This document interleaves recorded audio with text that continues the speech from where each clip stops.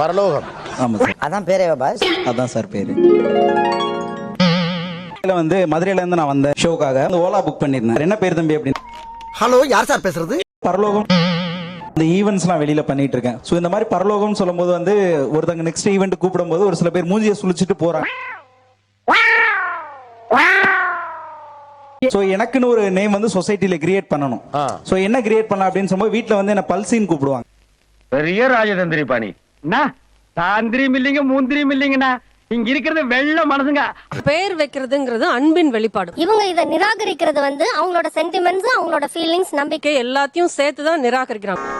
கட்ட குறைக்கு கட்டம் சரியில்லை, நம்ம கூட விளையாடுறதே அவனுக்கு வேலையா போச்சுடா.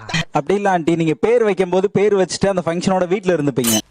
என்ன தட்டுக்கிட்டு இல்லாம இருக்கையோட போற, நீ எங்களுக்கு சொந்தமா இல்லைங்க? கவுண்ட் ரூட்ல விசேஷம்னு நம்மளும் போயிட்டு போலான்னு வந்துருங்க.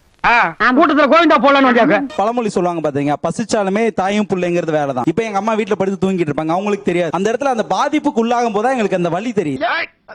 எனக்கு தெரியும், உனக்கு தெரியுமா தெரியாதான்றதான் என்னுடைய கேள்வி. தப்பிக்கிறது, நிராகரிக்கிறது, அத மாத்த முற்படுறது எல்லாமே ஒரு தவறான மனோபாவம் தான் நான் நினைக்கிறேன்.